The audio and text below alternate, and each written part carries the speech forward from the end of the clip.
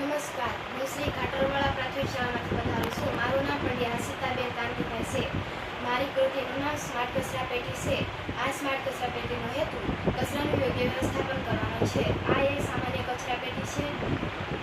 આમાં ultrasound playback module V2, robot, સર્વો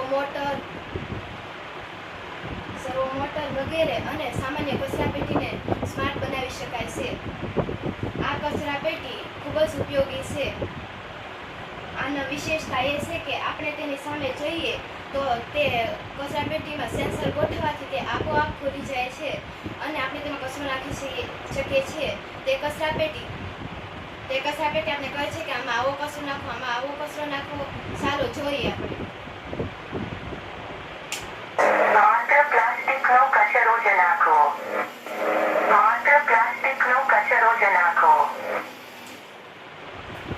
જો આ સ્માર્ટ કચરા પેટીના ફાયદા એ છે કે તે કચરાનું વર્ગીકરણ થાય છે, વર્ગીકૃત કચરાનું રિસાયકલિંગ થાય છે.